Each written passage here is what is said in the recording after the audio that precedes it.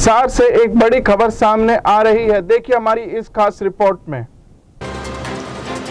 Sector 14 निवासी Covid संक्रमित बुजुर्ग की मृत्यु के बाद उनके कोरोना पीड़ित पुत्र ने प्रशासन पर गंभीर आरोप लगाए हैं। मृतक के पुत्र का कहना है कि प्रशासन ने कोरोना पेशेंट के इलाज के लिए जिंदल अस्पताल को कोविड अस्पताल तो बना दिया है, लेकिन वहां मरीजों को सुविधा नहीं दी जा रही।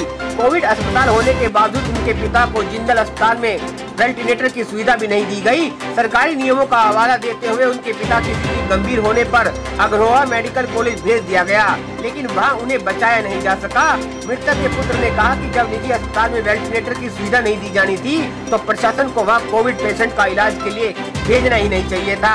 उन्होंने ये मांग की है कि कोरोना इलाज के लिए सुविधा दी जाए ताकि कोई दूसरा व्यक्ति इलाज के भाव से न मरे। लड़के के आरोप है कि जब निजी अस्पतालों में गंभीर मरीजों का इलाज ही नहीं होना था तो फिर जनता के लाखों रुपए क्यों बर्बाद करवाए जा रहे हैं। सामान्य इलाज तो सरकारी स्तर पर भी हो सकता है। उनका कहना है कि जब मरीज निजी अस्पताल में भर्ती है और उसकी हालत गंभीर हो जाए तो उसे वही वेंटिलेटर की सुविधा भी मिलनी चाहिए, न कि दूसरी जगह पर।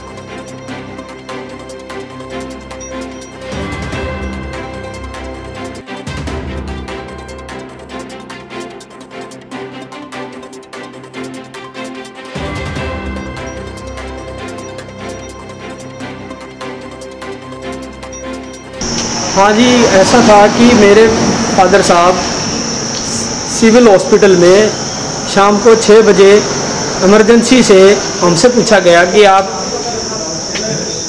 कोविड केयर सेंटर वहाँ जाना चाहते हैं जो गवर्नमेंट का है या प्राइवेट में। प्राइवेट में आपको खुद को पे करना पड़ेगा। क्योंकि बुजुर्ग थे, मैंने अपने माता पिता की इसलिए मैंने अपने जिंदल हॉस्पिटल प्रेफर करा। उन्होंने कहा कि ये भी हमारी फैसिलिटी है, जिंदल हॉस्पिटल वालों ने बताया। मैंने पूछा कि इसमें ऑक्सीजन वेंटिलेटर सब प्रबंध है? बोले सारी फैसिलिटी है। ठीक है जी, मैंने लेके और उनसे रिक्वेस्ट भी की कि उनको ये बुजुर्ग हैं, हमारी देख रेख हो जाएगी तो यहीं कर दिया जाए।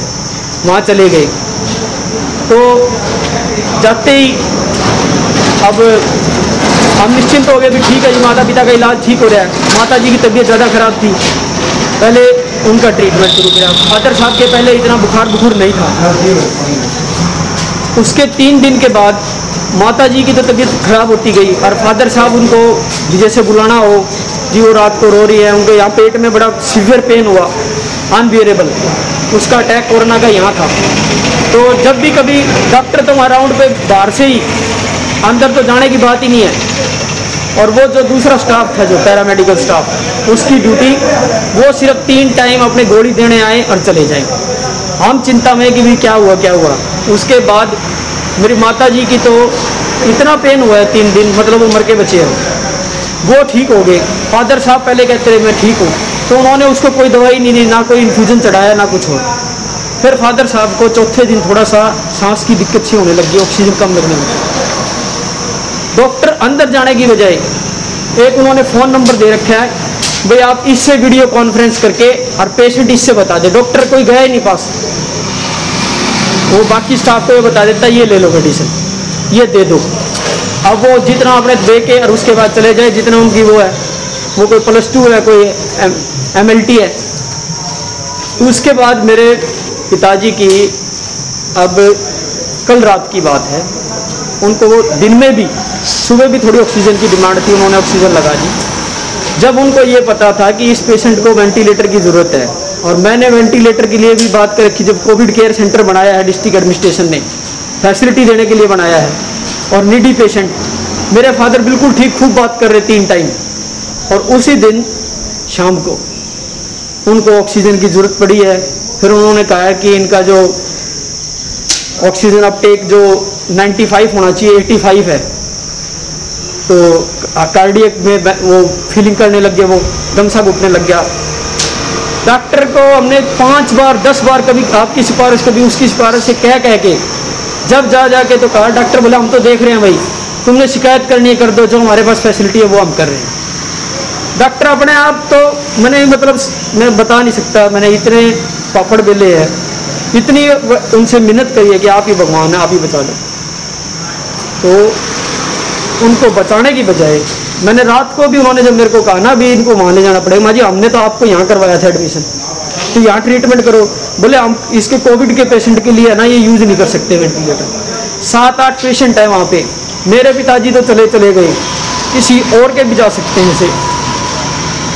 तो अगर उन्होंने शुरू की है, पैसे ले रहे हैं, तो क्यों नहीं उन्होंने वो दी वेंटिलेशन? अगर वहाँ में सुविधा मिली या नहीं मिली? अगर वहाँ में ले गए जी, अब रात को आप बताओ, रात में आपको खुद को पता है, आप देखते हो कितना स्टाफ वहाँ पे होता है, आप कितनी बार ड्यूटी जाके चेक करते हो। सिर्फ जो 10 बजे जो डोज देके जाता है उसके बाद वो चले गए। वेंटिलेटर पता नहीं लगा था नहीं लगा था, लेकिन जब वो उससे पहले वाले दिन भी यहाँ पे थे तब भी वो रात को तड़पते रहे। उनको रात को बुखार आता है 102, 103, 104। वो अंदर से टूट गए, बोला मेरे से अब नहीं चला जा रहा।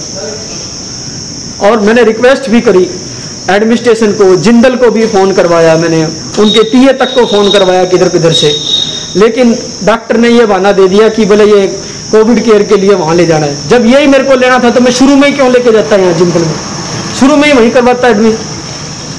जब मेरे फादर को ज़रूरत थी वेंटिलेशन की, तब उन्होंने रात को 12 बजे वहाँ पे था।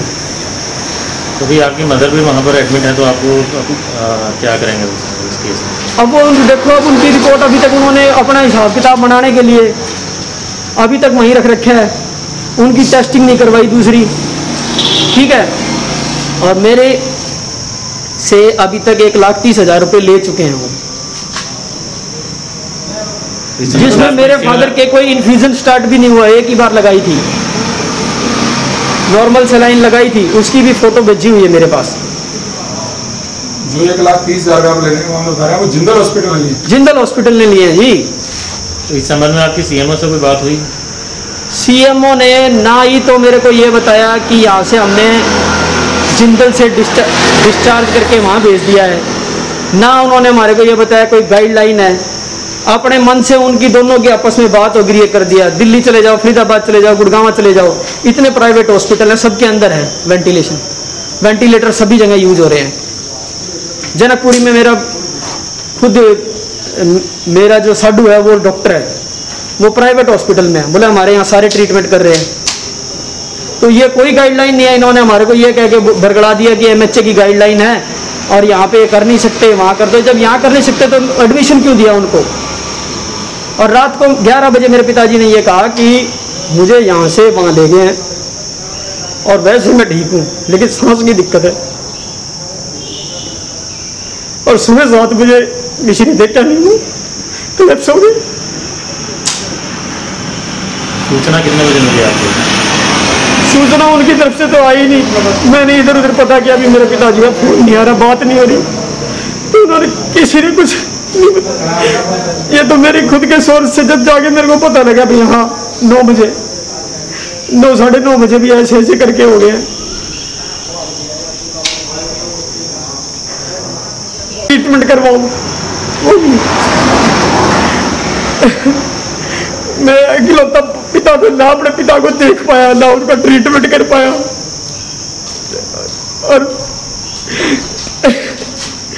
बता नहीं सकता कि जितने ने क्या लुटका का सोटा बनाया, मेरे बाप को खत्म कर दिया। और उस डॉक्टर से मैंने 2 बार बात करी, इंद्रजीत खुराना, उस डॉक्टर ने कभी भी मेरे को सही ढंग से जवाब नहीं दिया।